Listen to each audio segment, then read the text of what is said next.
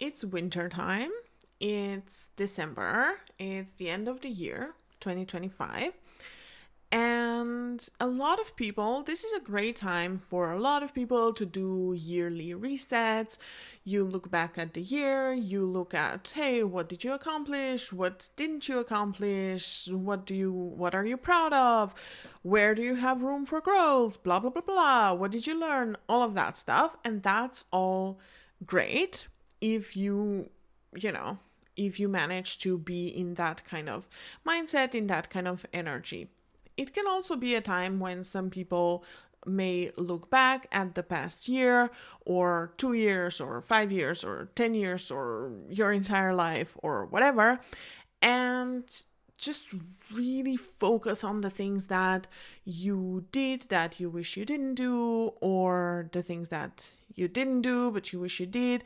And so it's very possible, it's very easy for some people to be overcome with regret, to be haunted by regret. At this time of year, and also, at any time, actually, you can watch this anytime you want. So I thought I would make a little video about regret, about what helps me, what has helped me approach it, and what I would invite you to think about when it comes to this thing that you did do or didn't do or whatever it is. And yeah, that's it. Hopefully it will also help you a little bit. If not, then just, hang out with me for a while. That's also cool. Okay, and we're going to tackle this feeling, this way of thinking, this state of being from a few different angles. So, just look at what resonates, what makes you go, what makes you be a little interested, and take what you think might work for you and just, leave the rest. You're absolutely not obligated to do everything I say. Now, first, we're going to look at the moment of your action or non-action. So the thing that you regret, or, the thing that you regret doing or not doing. And I would invite you to really think about that act or decision or situation or whatever happened. So what did you do or what didn't you do? What was it? And I would especially invite you to focus on some sort of decision, because usually with regret, there's some sort of decision involved. Even if we're talking about a situation that you were stuck in, there was always some sort of a decision that you made about whether you stay in that situation or whether you leave that situation, or whether you help someone or not help someone, or you pursue something or you don't pursue something, blah, blah, blah, whatever it is. So really zone in on the decision aspect of it. Maybe like bonus points, if you can actually pinpoint the exact moment when you decided this is how it's going to be, then that's great. Maybe you don't know the exact moment, that's also fine. Maybe if your biggest regret is, a whole year of not doing anything and procrastinating and postponing taking action, then still, I would say there's always a moment when you decided, so that means there were plenty of moments in your year, for example, when you decided to not do something. And also you decided to do something else instead, whether that was to scroll on social media or to go read a book or to, maybe do some busy work. Maybe that's how you were procrastinating, because you were like, oh no, I really need to, do a bunch of these other stuff and I need to make a thorough plan before I can actually do something. Whatever it is for you. Right? There's always a decision to do something or to not do something, but then it means you do something else or to binge watch a TV show, whatever it is. Okay, so really think about the decision that you made. Now, speaking from where you are right now, of course, it seems like what an idiot, or I don't know, what an awful person, or whatever. Okay, what a lazy person, perhaps, you were at the time. Because now you have all sorts of new information that you didn't have when you made this decision. And so I would really invite you to think back to what was your motivation for that decision. So, what I mean by that is that you were at some point weighing different options, and maybe you were doing that very rationally, but even if you were doing it rationally, there was an emotional aspect to both the pros and the cons. And maybe you're not even aware you were doing that, and it was just an emotional thing going on. Okay? Being pulled in one direction and being pulled in another direction. There's always an emotional component, like between the two options that where you had to make a decision.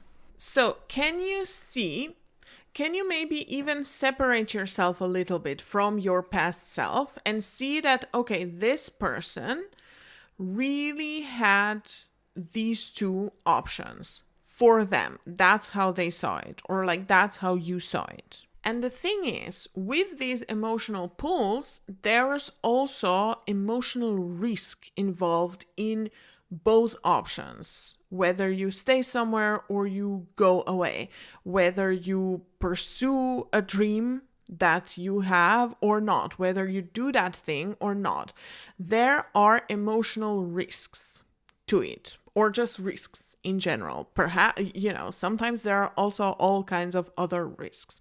So, can you see why the past version of you decided the way that they did?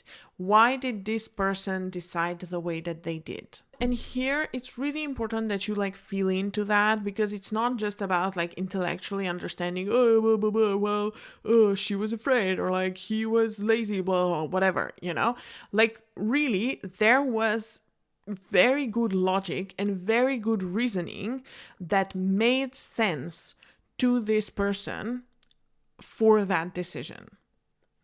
There always is. And maybe then you can take a step back and realize that, yeah, okay, maybe you can ask yourself, what are some things that you know now, or that you believe now, maybe you have changed a little bit, that would make you perhaps in this very moment decide differently or choose differently. But this other person didn't know that. Okay? Is it possible that you're being really harsh on this younger version of you for doing something that to them at the time made perfect sense? Actually made the most sense. And probably in some way they believed that was the best decision for them. And then, of course, you can take it a little step further and think, okay, what would happen? Or how could you be 1% more compassionate to yourself, just to your younger self? So that's one part. One part, I feel, is this developing a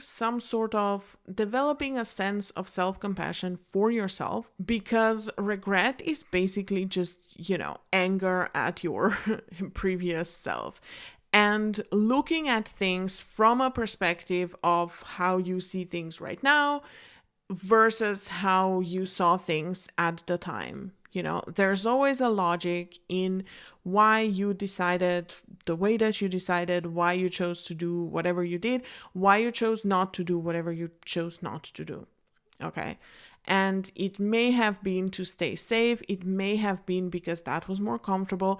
It may have been because you secretly wanted to sabotage your own happiness. It may have been because you wanted to push people away. It may have been because you wanted to have more money. Because, you wanted to have more resources for yourself. It may have been, I don't know, whatever it was. There was some sort of motivation for it. Okay. And then it's really good, I feel, to return to the present moment, to return to where you are right now. And so first just try to feel into your body. Where are you right now? What's going on around you? Literally, where are you in the room?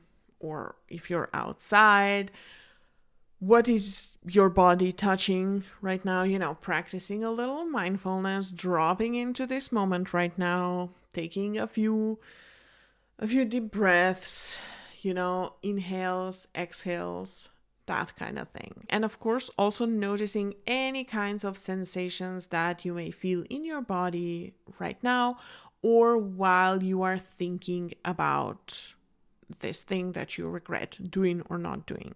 And really just get familiar with reality in this current moment. This is actually an important part of it. This is it. This is the way that things are right now. Can you recognize the way that things are right now without being like, oh no, I screwed up, oh no, if only this, if only that, and then that person is angry, blah, blah, blah, blah. Who gives a fuck? Okay, none of that matters right now. Let's try to get ourselves to see where we are right now and what is the current situations without all of these stories and assigning meanings and assigning feelings to people for whom you have no idea what's going on inside their head. Okay? Because that's their job, and your job is to take care of what's going on inside your head. And then once you're situated here, once you have dropped into reality, you can look at, okay, is there anything that you can do about this thing? And the reason I stressed getting to reality is because this action that I'm talking about, that you might be able to do right now, ideally wouldn't come from a place of guilt and beating yourself up and some sort of desperation to fix something. Okay? This is not, I'm not talking about this kind of nervous energy of, oh my God, I'm really not okay. I am beaten by regret. I need to fix this. I need to fix this. I need to fix this. Okay? Because chances are, that kind of panic has its role. But if you're watching a video on YouTube right now, chances are that time has long passed. Okay. So that's only going to stress you out more. And we need to work on the fact that you're okay right now. You made the decision that you did, whatever it was, and it made perfect sense at the time for you. But now we are where we are. And is there anything that you can do or perhaps want to do about that? So maybe if you did hurt someone, could you apologize? Is that something that would be relevant and maybe accepted right now? It will depend on your context. I don't know your situation, and you have to evaluate that for yourself. If your regret is about the things that you didn't do, can you still do some of them? Usually, yeah. That's usually the case. When people regret not pursuing their dreams, you can always do that. You can always do something about that right now, or today, tomorrow, this week, whatever.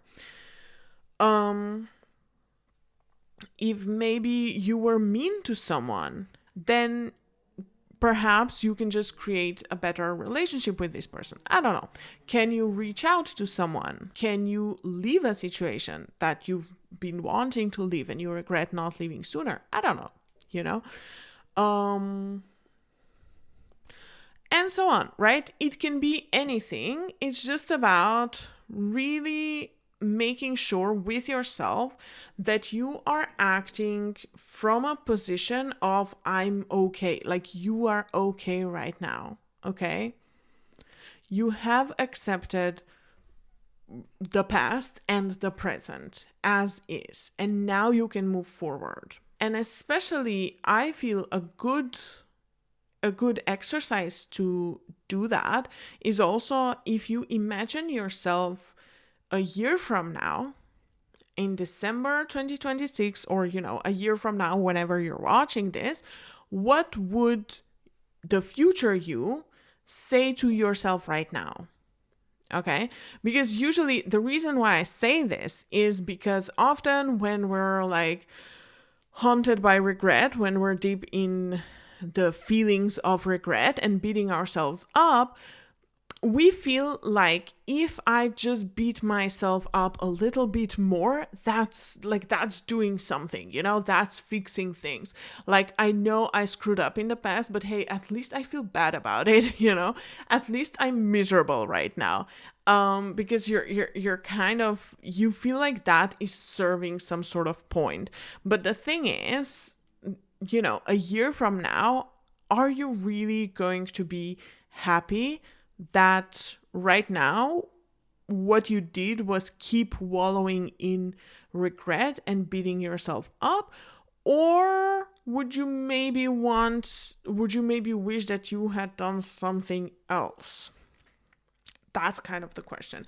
So this is a little bit of a future regret prevention type of a question that can be useful sometimes not. So again, like, take what works for you and just leave what doesn't. Because now we come to the third approach that is really fun. And this is for the people who have gone through like this, practicing self-compassion and also returning to the present moment and seeing, what the situation is. And if this sense of regret, if the desire to beat yourself up about something that you did or didn't do is still really strong and really present, then this third way of looking at it is for you. And this is something that comes from all sorts of different sources of, let's say, personal growth or mindset work or whatever you want to call it that I've done. Mainly, I would stress, just because that's also what I'm reading right now, very much influenced by Existential King by Carolyn. Wait, let me Google. By Carolyn Elliott. Yeah. So Existential King by Carolyn Elliott. But in general, I feel a lot of people in like the mindset world will also be able to tell you like a little part of this, which is to really focus on what are you getting out of this feeling of regret. Mainly, there's going to be some sort of pleasure. Probably, not probably, actually, if you're like really deep into it, then there is some sort of pleasure that you are getting from this feeling, and especially if you want to repeat it and repeat it and repeat it and repeat it, there's something that makes you feel good about it. And I know that like a lot of times we can say, no, but like it's awful and I want to get rid of it, blah, blah, blah, blah, blah, blah.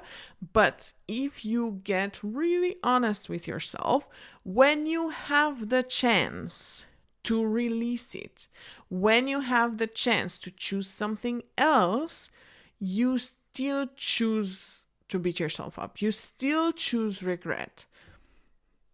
Because there's something in it for you. Same as like before when we were talking about, in the past you decided this way because it made sense for them, blah, blah, blah, blah, blah, blah, blah. Okay, there is something in these feelings that you are benefiting from.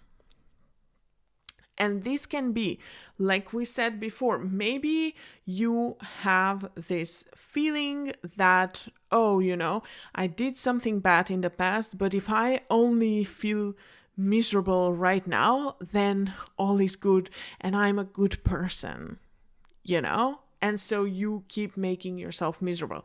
This is a very common thing because there have been so many stories around this idea, that, oh, if you did something, now you must feel bad about it all around us in our culture.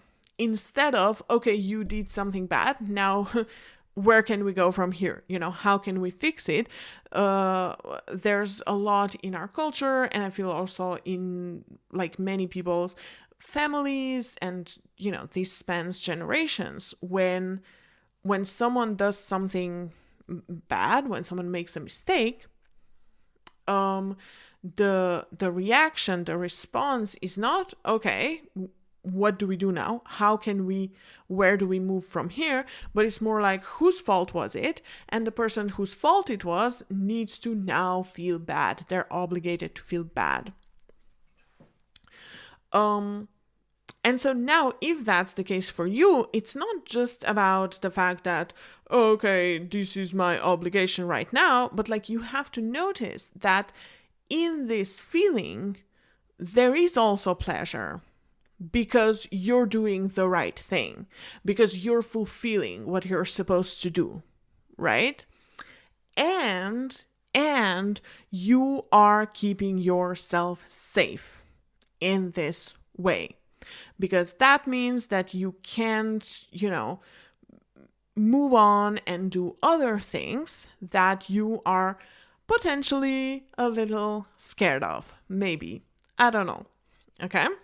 And another way to look at it also would be, this is more heavily influenced by existential kink. So if this seems interesting to you, like, I would really recommend that you just read the book because it's also going to help explain like the entire, concept of this kind of practice. But the thing that you can do is really focus on the sensations. We talked about this a little bit before.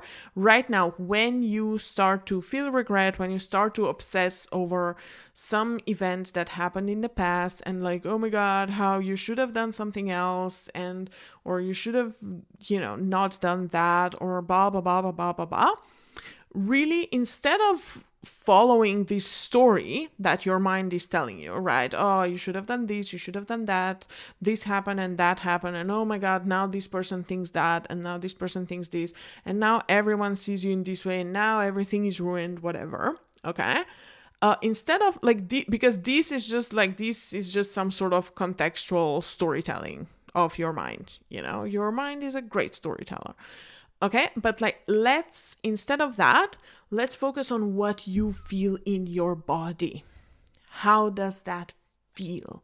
Just really focus on the sensations and really feel into them. And can you notice that a part of you enjoys them? There is a particular type of excitement or pleasure in these very sensations that are in your body. That's a very powerful and very interesting practice to do. Like I said, this is from heavily inspired by existential kink. So read the book if this sounds interesting to you. So yeah, but basically, whichever way you look at it, you have to really focus on the fact, you have to recognize that there's a part of your brain, there's a part of your body, there is a part of you, a part of your subconsciousness that is really enjoying feeling regret and beating yourself up right now. And that's why you keep choosing it over like moving on or maybe doing something about it if that's possible. Sometimes it isn't, sometimes it is. Sometimes doing something about it also means like actively allowing yourself to grieve instead of beating yourself up, if that applies. Sometimes there are situations when things are just the way they are, and you have to find a way to accept it.